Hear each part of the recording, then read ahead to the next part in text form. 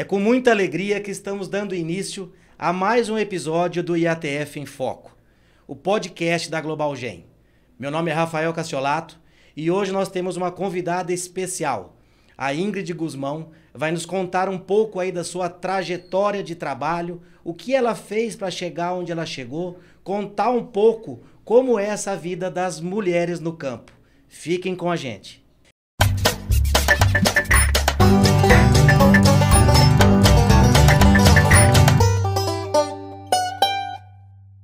E hoje, para esse bate-papo, estamos aqui com duas pessoas incríveis, o Alexandre Prata e a Ingrid Guzmão, nossa convidada de hoje. Primeiro eu gostaria, Prata, que você se apresentasse novamente para a turma, né? Já é mais ou menos a 20ª vez que você se apresenta. Conta um pouquinho da sua história na Global Gen. Na sequência, a gente passa a palavra para a Ingrid. Tá certo, Rafael, obrigado. Então, pessoal, sejam bem-vindos aí a mais um podcast da Global Gen, o IATF em Foco. Mais uma vez, aí, obrigado pelo convite. Então, assim, estamos bem felizes hoje, de trazer a Ingrid aqui para contar um pouquinho da sua história, da mulher no campo, das suas dificuldades, para a gente passar também esse conhecimento para o pessoal que está ouvindo a gente, vendo a gente, para a gente sempre poder aprender mais. E só dar um recado aí para o pessoal que está acompanhando a gente aí no IATF em Foco, para que sempre assim surgiram novos temas para a gente trazendo aqui, que a gente quer também agradar o nosso telespectador e ouvinte.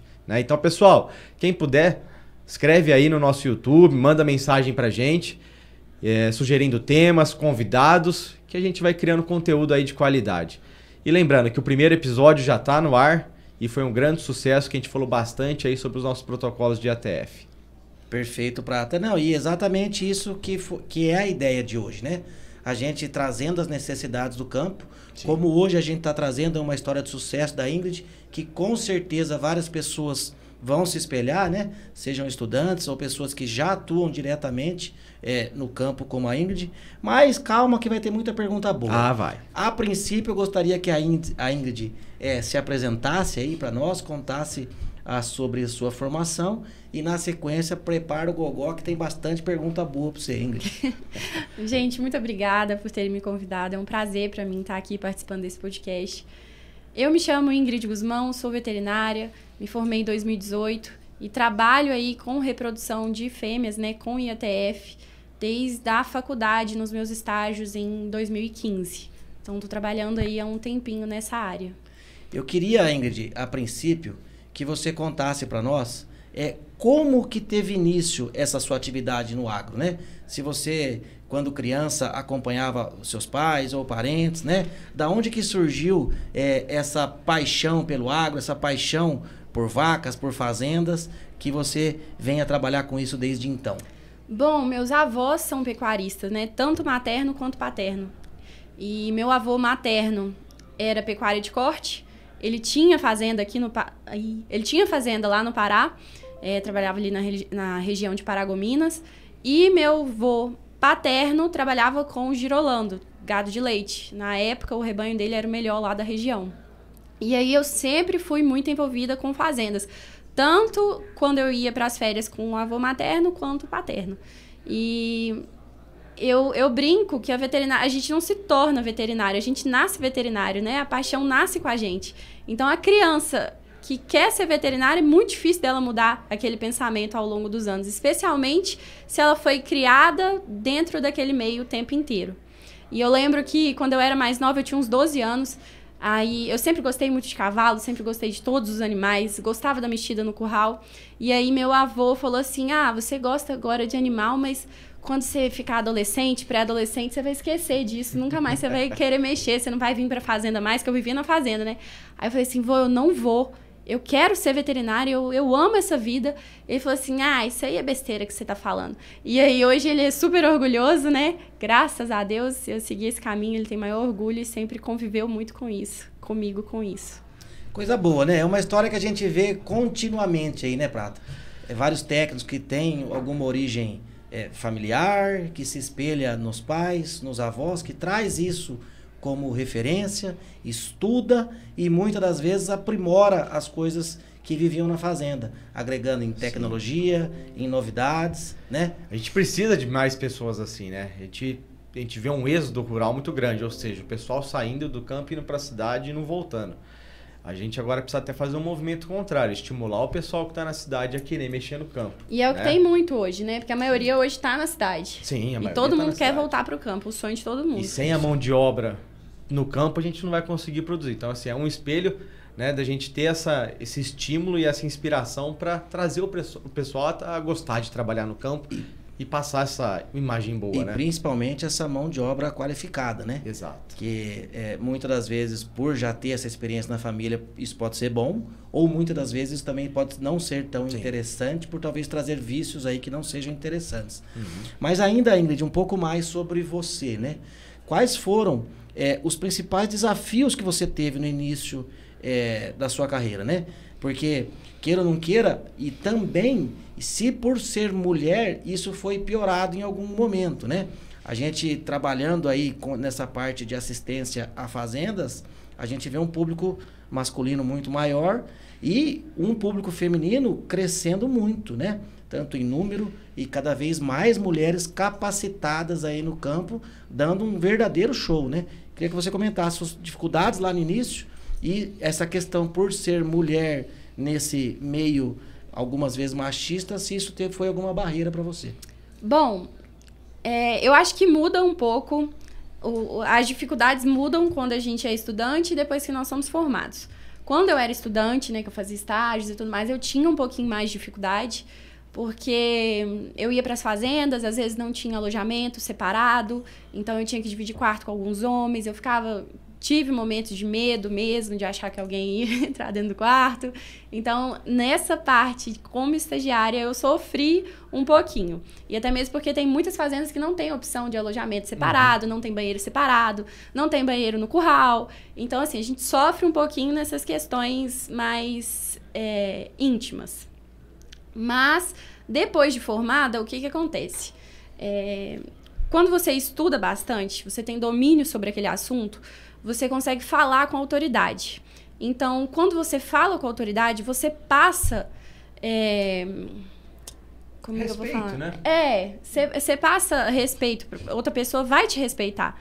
Então, você passa autoridade para aquela pessoa. Então, eu falo muito com as minhas alunas, com o pessoal que me segue.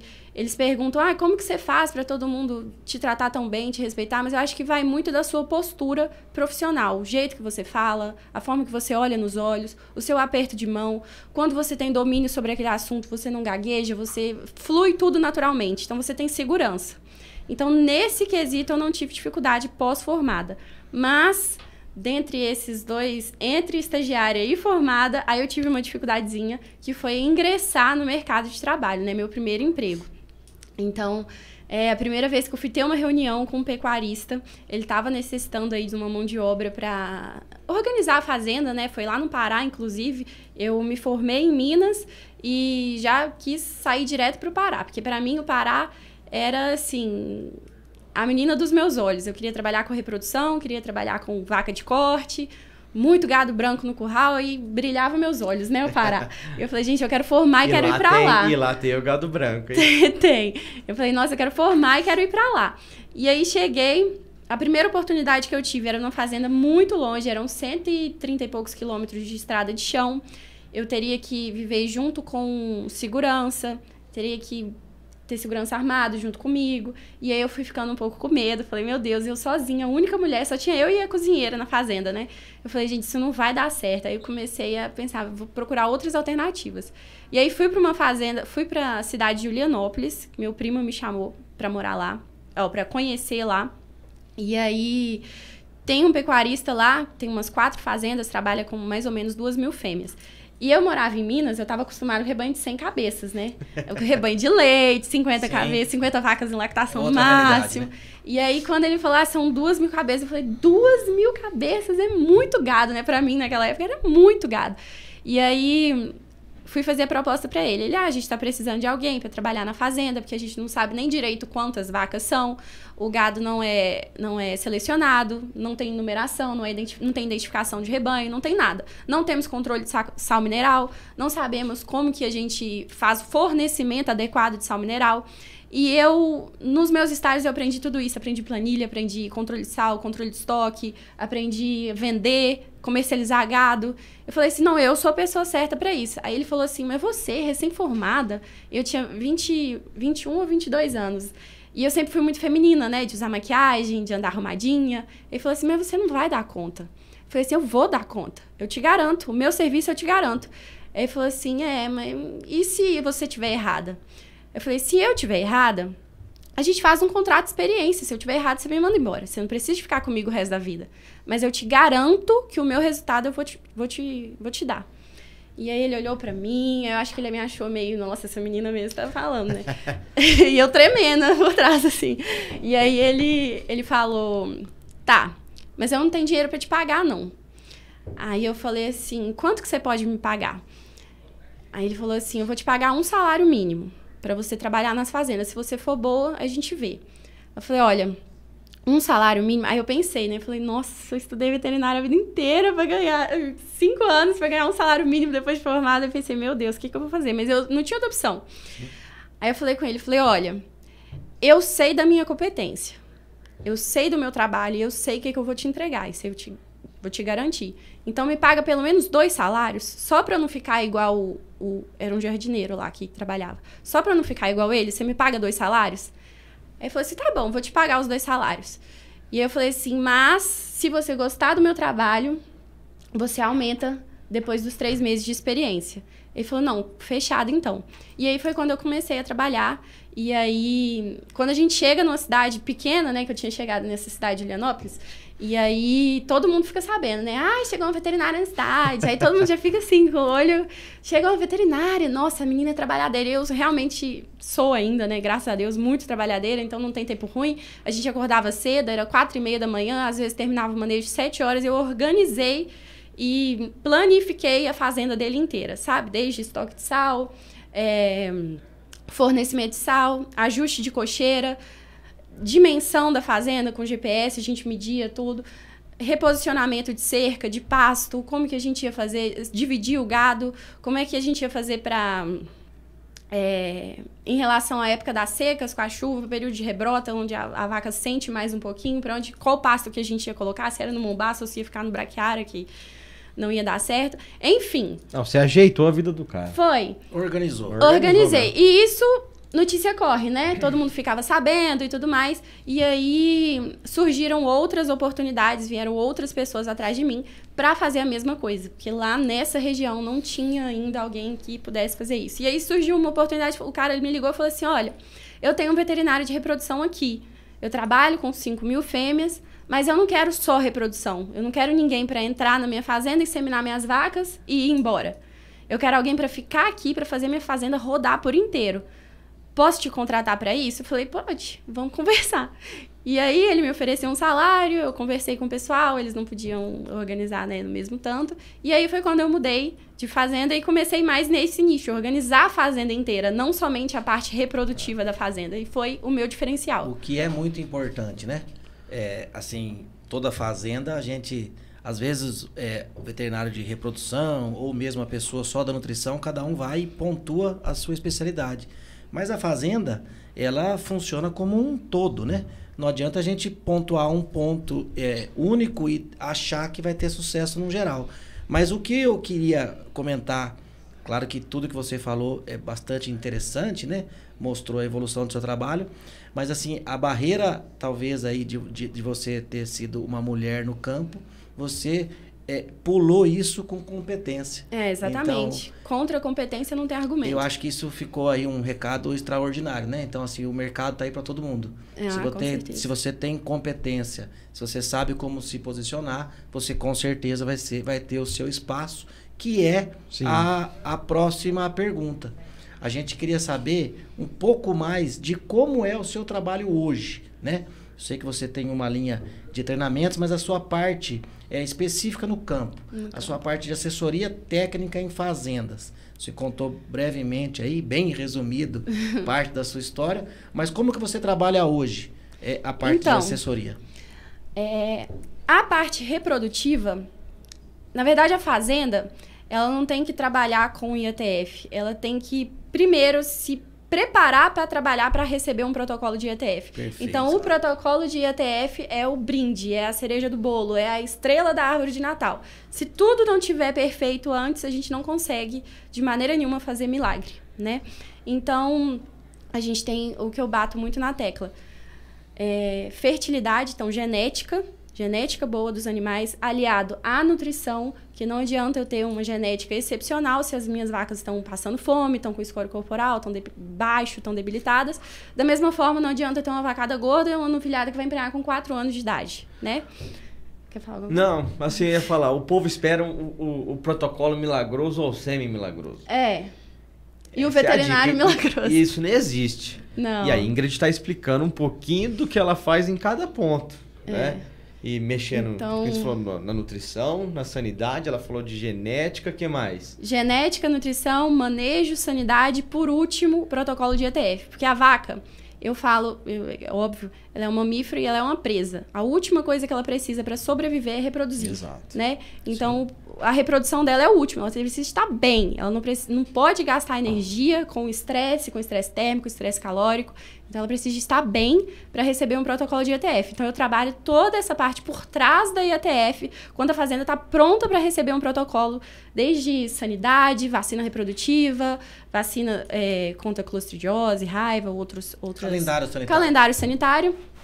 E mineralização, que eu acho extremamente importante, de extrema importância, e é meu aliado na IATF, mineralização do gado. Aí sim, quando tá tudo ok, rodando bem, eu começo um protocolo de IATF.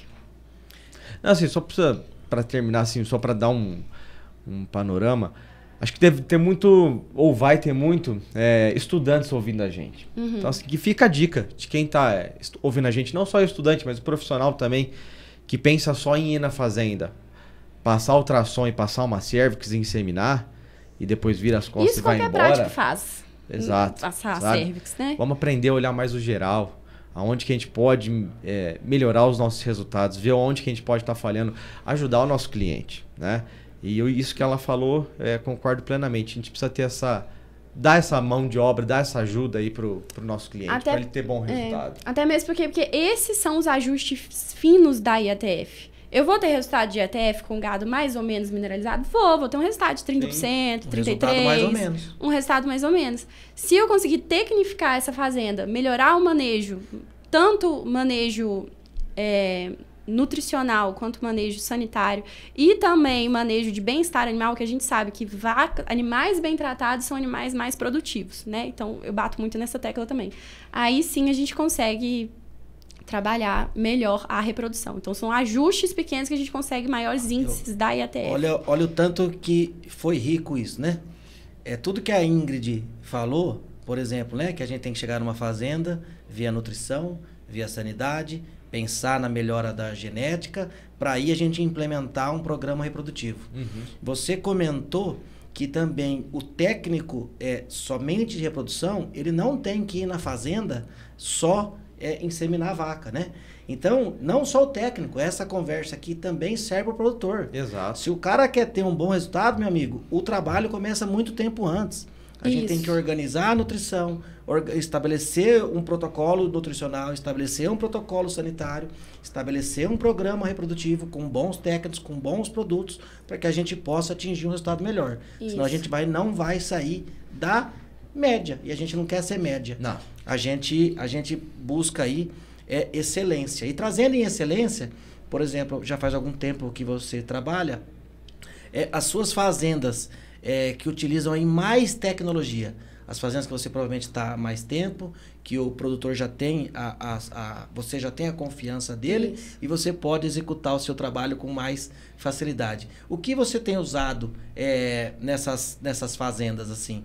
As que estão com você há mais tempo, com mais tecnologia, quais são as ações, entra um pouco mais aí na questão reprodutiva ou mesmo nutricional, o que você faz nessas principais fazendas suas aí?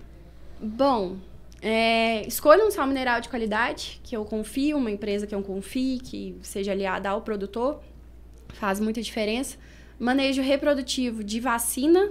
Então, hoje eu não vejo uma fazenda de cria que tem como finalidade produzir bezerros, principalmente bezerros de qualidade, sem usar a vacina reprodutiva. Para mim, isso não existe. Então, quando eu chego numa fazenda, a primeira coisa é conversa com o produtor, entender o que ele quer para a fazenda dele, aliado à condição financeira dele. Então, ajusta aí o sal mineral, sanidade, e depois... Esqueci a pergunta. Por exemplo, você falou agora da sanidade. Sanidade, vamos lá, você gosta de estabelecer um calendário sanitário. Sim. Com todas as vacinas, coccidiose, enfim, e principalmente a reprodutiva. Na reprodução, por exemplo, o que você trabalha? Você nessas fazendas com mais tecnologia, você trabalha uma IATF? Sim, trabalho 2 IATFs. Touro. Normalmente são 2 IATFs e um repasse com touro. E outras fazendas que não têm intenção de touros, aí a gente usa 3 IATFs. E vai muito bem. Mas, assim, são fazendas que a gente já está trabalhando há mais tempo com 3 IATFs, entendeu? Com IATF. Essas fazendas que a Ingrid está dando aí como exemplos, né? São ainda, infelizmente, poucas. Né? Não é a totalidade dos geralmente são fazendas pequenas, menores. Pequenas, que aderem tecnologia mais facilmente. Você consegue... convencer o produtor a fazer aí a sua ressincronização e até, às vezes, até eliminar o touro. Mas a grande maioria, obviamente, que deve ser o grosso dos seus clientes. A maioria são 2 IATFs maioria e touro. O repasse com touro. E quem ainda está com uma IATF e touro? O que você argumenta para esse cliente? Como é que você acha que pode se valorizar o serviço, não no veterinário, mas agregar, né, valor para ele? Existem 3 pontos. Um deles é a vaca que já foi previamente exposta a um protocolo, ela vai responder melhor, então a chance dela emprenhar de um protocolo novamente é muito grande, então a gente tem que aproveitar essa vaca para a gente conseguir um bezerro de qualidade, posteriormente apartar um bezerro mais pesado e aí sim obter retorno financeiro para o produtor. Porque a grande diferença do touro para a IATF é o ganho genético que a gente vai conseguir nessa fazenda, o ganho genético, o ganho produtivo, aliado a retorno financeiro. Além do mais, eu posso programar os partos, programar a estação de monta, né? Programo quando esses bezerros vão ser apartados e aí consigo ter um planejamento financeiro. Principalmente a gente que trabalha em produtor rural, trabalha muito com crédito rural, então a gente faz isso junto com ter que pagar alguma parcela de algum financiamento. Então a IATF é essa ferramenta que a gente pode usar para ajudar esse produtor a ter esse planejamento. Exatamente. Então assim, para a turma que está ouvindo a gente, né? Fala assim, poxa, eu já consegui implementar a IATF na fazenda. Por que eu não posso implementar a ressincronização, né? Qual que é a vantagem disso? Além do que a Ingrid falou, né, dessas vantagens, a gente tem que pensar na vaca também. A vaca que ela não emprenhou na segunda, na primeira IATF, e eu vou jogar para a segunda, ela tem da grande chance, né, de parir cedo na próxima estação de monta. Então, se ela pare cedo na próxima estação de monta, ela tem grande chance, de novo, de emprenhar na primeira IATF do ano seguinte. Então, ela entra nesse ciclo meio que vicioso da alta fertilidade na vaca de corte, né? Então, assim, a gente ganha no bezerro e também ganha na vaca. Isso. Então, são vários benefícios. Já que o cara já está fazendo IATF, dá mais um empurrãozinho. E a intenção é um bezerro por ano, né? Por matriz. Então, fazendo a ressincronização, a gente consegue. Senão, a gente tem que esperar. E após a primeira IATF, a vaca tem entre 14 a 21 dias para retornar ao cio. Dependendo da quantidade de bois, proporção boi-vaca que a gente vai colocar, ele não vai conseguir cobrir essas vacas. Então, elas vão ficar extremamente atrasadas. Às vezes, não só pela fertilidade, mas também pela capacidade do touro de cobrir essas vacas. Quantidade de vacas em cio e número de reprodutores. Isso. É uma coisa bastante interessante, né? Alguns pontos aí, né? Quando a gente começou a trabalhar com IATF, o correto era uma IATF e touro, né? Tem até um trabalho recente do Sartori, que a gente esteve junto aí recentemente. Quando a gente fazia isso, a ideia era justamente essa, né? Um protocolo, nós íamos tirar essa vaca recém-parida do anestro. Se ela não viesse a ficar prenhe no primeiro protocolo, o touro pegaria ela no repasse. Hoje a gente sabe que no dia 0 da ressincronização do segundo protocolo, metade dos animais voltam para o anestro. Então talvez mesmo com uma quantidade boa de touros, ainda tem vacas que não estarão aptas a conceber e que vão ser essas vacas do tarde, né? Que talvez numa próxima sessão de monto elas saiam da fazenda. Fora que com Perfeito. 2 IATFs, a gente aumenta a quantidade de bezerros oriundos de inseminação que vão desmamar bezerros mais pesados, né? Essas vacas vão permanecer no rebanho. Com isso, a única coisa triste da história é que ainda são poucas as fazendas mais tecnificadas. Poucas. E só um detalhe pequeno, como diz o rapaz lá dos vídeos da Sextou. Somente com o incremento da ressincronização que você consegue diminuir o número de touros na sua fazenda. Sim, Fazendo IATF mais touro, é a mesma quantidade de touros do que não fazer IATF. Por quê? Porque a IATF ela relativamente concentra o cio, então você tem que ter um número ainda grande de touros na sua fazenda. Tá? Só para deixar a turma pensar sobre a quantidade de touros também, que com a ressincronização você consegue ter menos touro também. E o risco de ter um touro na fazenda, né? O risco dele virar óbito, o risco dele não conseguir emprenhar mais, o risco dele não responder mais. Ou mesmo até situações mais corriqueiras, né? Você vai levar uma tourada lá, briga, quebra um curral, machuca um cavalo, pode, né? Longe de nós. O manejo com touros é muito falarmos complicado. que não vamos usar touro. A gente vai. O touro é uma baita de uma ferramenta e tem que ser usada principalmente, né? Depois você pode comentar touros melhoradores, né?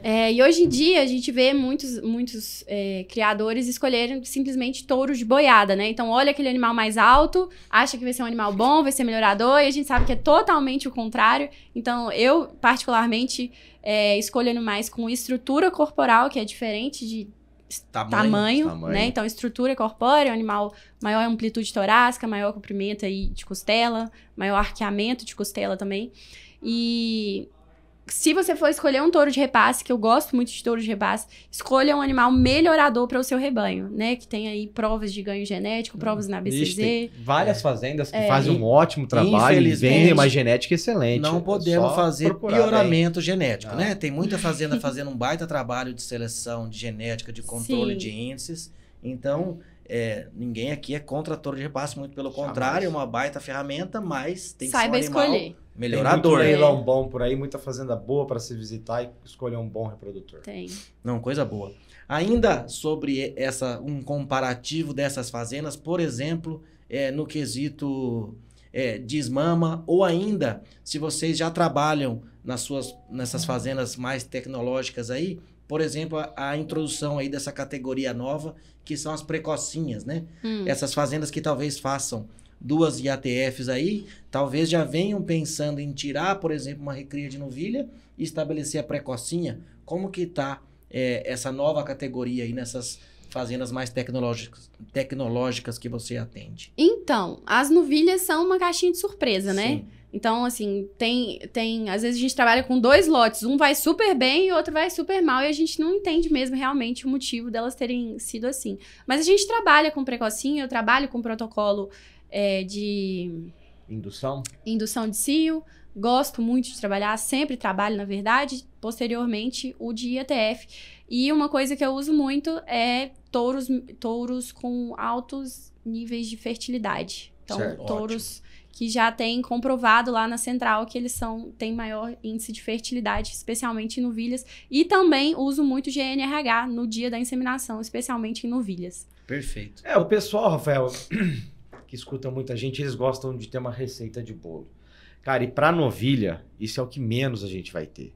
É muito variável o resultado. A genética é muito diferente. A nutrição de cada novilha é muito diferente. Tem gente que dá excesso de comida, outro dá falta de comida, um dá pasto. Então, assim, e o povo quer falar assim, viu, qual que é o protocolo que emprenha mais? Não é por aí. Então, assim, são vários fatores e a gente tá aprendendo a trabalhar com essa precocinha. É uma categoria nova, cara.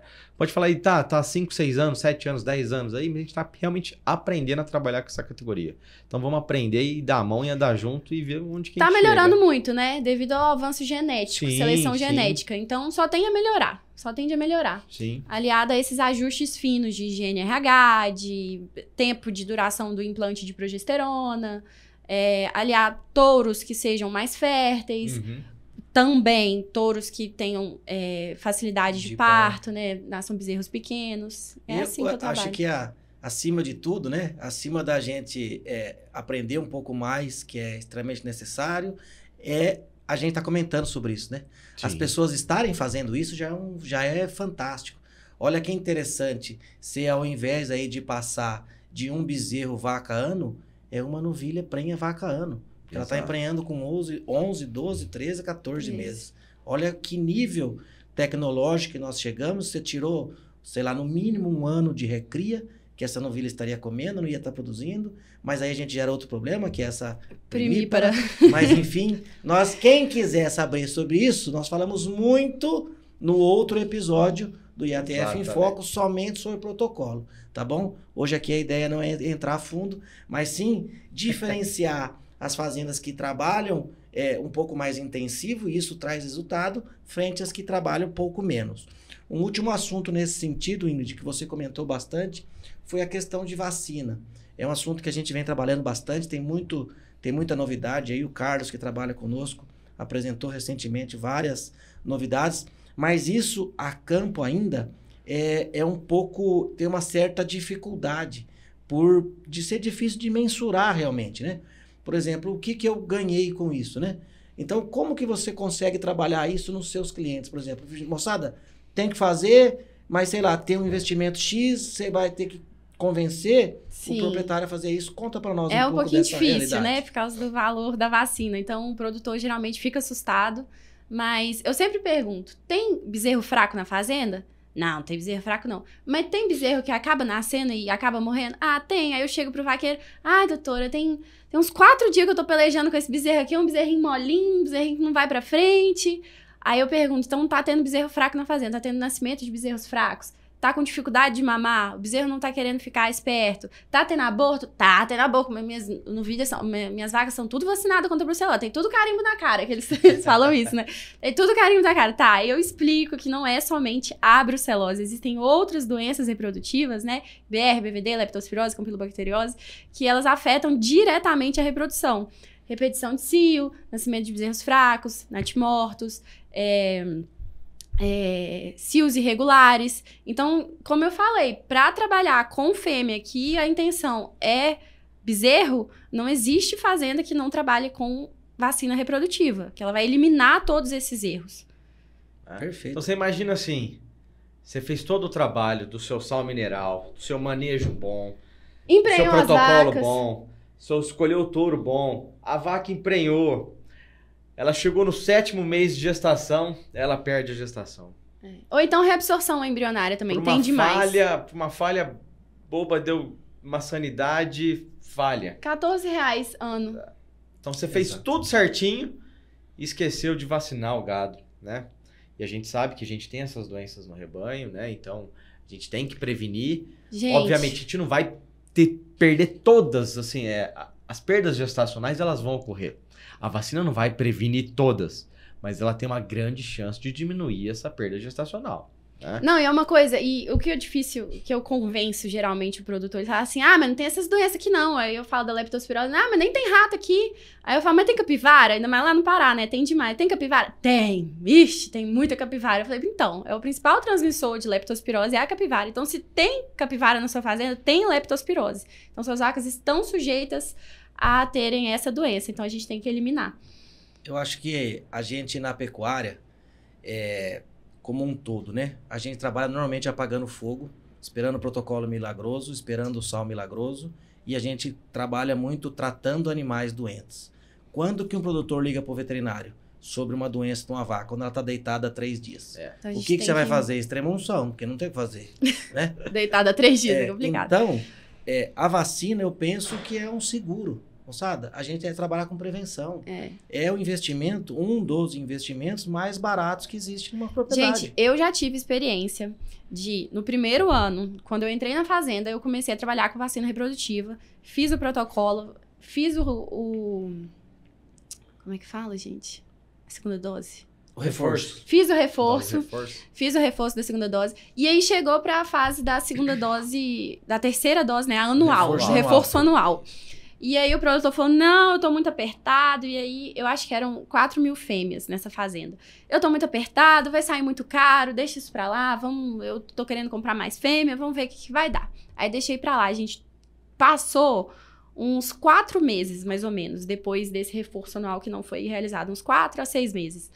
E aí, todo dia os vaqueiros me ligavam, Ingrid, abortou... É impressionante, abortou 6 vacas hoje. Abortou 4. E essa fazenda, são muitos retiros, sabe? São muitos.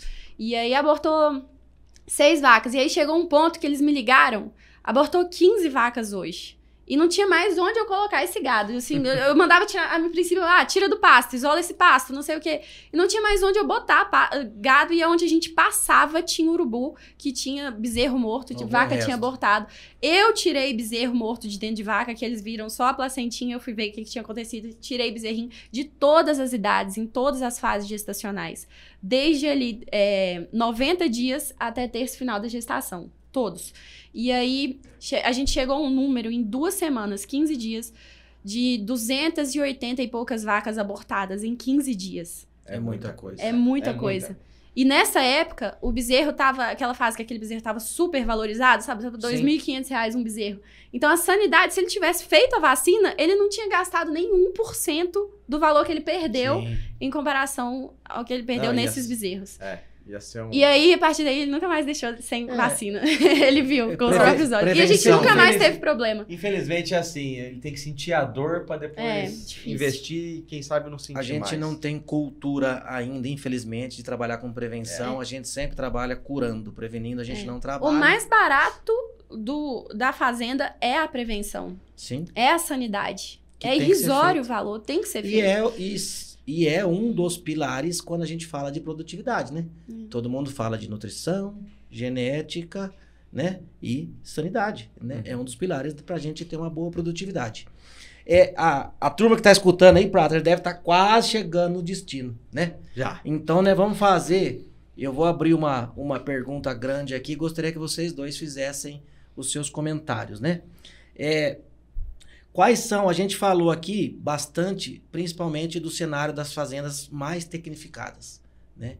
Então, trazendo agora, tanto para aluno, técnico ou produtor que está nos ouvindo, quais seriam os principais impactos, não vou nem falar da fazenda de monta natural o ano inteiro, que de monta natural de um animal pioramento genético, essa não é o foco da nossa conversa. Mas uma fazenda com um nível inicial de tecnificação, ou seja, IATF talvez no primeiro e no segundo lote, touro em todo o restante, frente a essa fazenda que a gente está falando. Calendário sanitário, protocolo nutricional, né? Um protocolo de fertilidade, pensando aí na reprodução. Quais seriam os impactos? Pensando em bezerro do cedo, vacas para se manter, questão de qualidade da reposição, para a gente ter uma mensagem final aí de uma excelente técnica que faz um bom trabalho. Qual é a diferença de eu ter a Ingrid na fazenda e deixar ela trabalhar, ou eu trabalhar num sistema mais rústico? E aí, Ingrid, qual que é a diferença? Difícil, né? Vamos falar, pode cortar a pergunta grande em perguntas menores e vamos respondendo aí. Eu nem sei o que eu respondo agora, gente. Faça sua pergunta menor de novo. Qual é as principais diferenças de uma fazenda que tem um baixo nível de tecnologia frente a uma com um alto nível de tecnologia? Essas melhores fazendas que você assiste.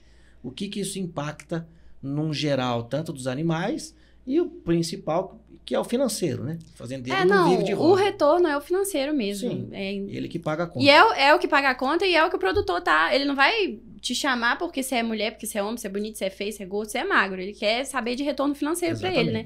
Então, na pecuária, hoje em dia a gente tem que tecnificar, porque a pecuária não tá pra brincadeira mais. Não dá simplesmente pra gente jogar, deixar de qualquer jeito que vai dar retorno, que não vai. Tá tudo com valor muito elevado.